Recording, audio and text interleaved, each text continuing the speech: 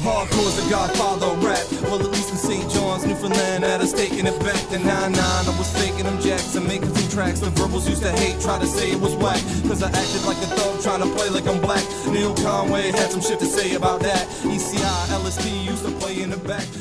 Hello, my name is irrelevant, cause I am a criminal. Plus deck, plus that, started rocking some shows. Got the boot from pizza, go from straight sparking that bro. But you know that we left Bannerman Park with a glow. Next rappers on the scene, while homie smiles and J. Like this made my day right now. I could, do nothing for the rest of my day and I would be happy, I want to be a renowned artist, but I can't because I can't tell you who I am or else I'll be in trouble for it,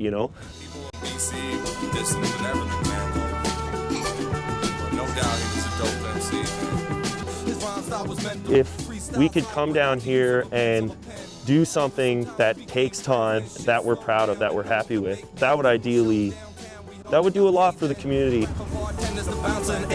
My name is Kim Windsor and I'm co-owner of Johnny Ruth and Living Planet. About 5 years ago, we created a legal wall to support graffiti artists. It just gives young, in particular young people, a space to be creative outdoors. This guy just approached us and all we have to do is give him permission slip. He gave us his concept and we think it's great and go for it. We should be able to express ourselves the way we want. We should be able to put our time and effort and energy into something that we love and not be persecuted for it. The game changed, now it's littered with lanes. A bunch of greedy promoters trying to get them some change. And a bunch of greedy rappers trying to get... My name is Montgomery Hall, or also known as Monty. I'm a former graffiti artist, and I'd like to introduce you to the world of graffiti art.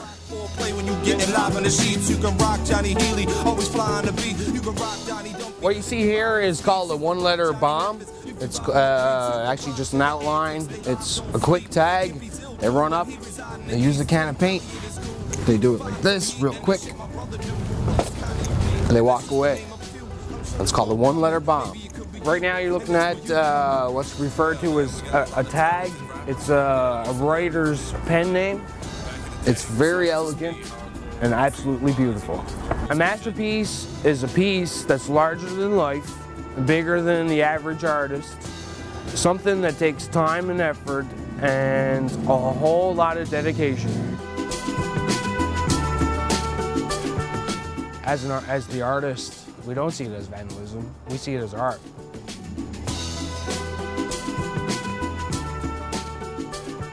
I think graffiti is just another form of vandalism.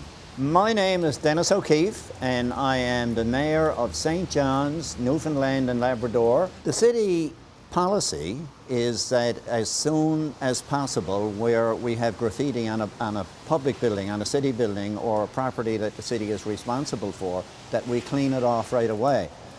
We urge private property owners, if they have graffiti on their property, to do the same thing. Yeah, it is vandalism. But is that necessarily an appropriate word for art? You know what I mean?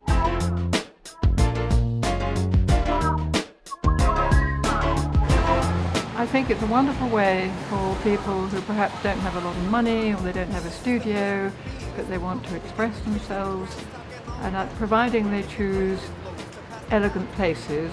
I think it's wonderful. It brightens up the city.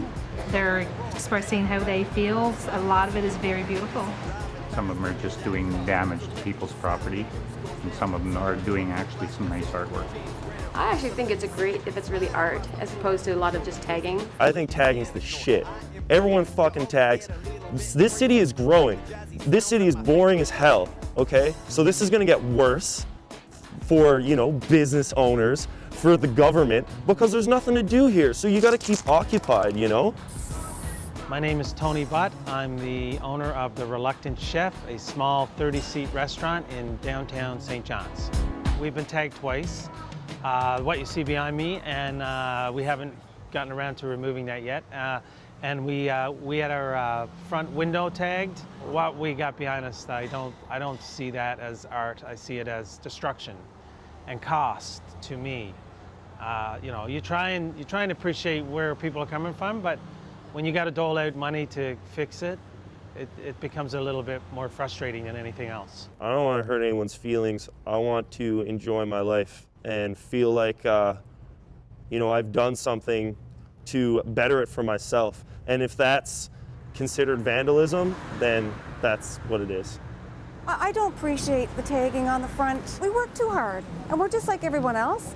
It's not fair, and I would appreciate if they wouldn't do that. But we don't really get that because we're good supporters. So, you know, more businesses supported it, maybe you wouldn't get it so much. My memories of hot summers in the city. Crazy jazz in its core where every lady's pretty. I see couples prancing, fellas romancing, ladies looking for a spot so they can go dancing. When I first started out, there was no legal walls. I had nowhere to paint. I had no other choice but to paint on buildings. I learned to grow my craft to the point where I became a professional, respected artist, not just in the graffiti world, but as a true artist. I think you'll find that even with legal walls, you'll have this tagging, this graffiti tagging take place anyhow. So I really don't know if that would work. You know, you can put up legal walls and allow people to do it everywhere. You're just going to enhance the quality of graffiti. So you're not going to stop the shitty graffiti. The shitty graffiti is going to get better. As long as some young guy's 15 years old and gets his hands on a can of spray paint, they're not going to stop him. It's getting huge. The population is rising. When I was a kid, there might have been 10 dudes. Now there's likely that there's 30 guys that I know. Maybe 20 of them I have respect for, and there's probably 50 or 60 kids in town, you know, getting into this now. So it's not going anywhere. For many of them, as they grow up, I guess to some degree, they'll get out of being graffiti artists. You get to do more with your life than paint telephone poles and paint public buildings and private structures. And over the long term, we'll continue to clean it off. I know it is my dark side with whom I fight. I must search so deep for the remedy of life. If it's not found quick, I'm bound to lose my mind. My vision starts to fade as I feel them intertwined. Now is my chance as I have them ensnared. I must act so quick without them knowing I'm there. I grab on tight and cast them well out of my being. I regain my vision, I see the evil spirit fleeing.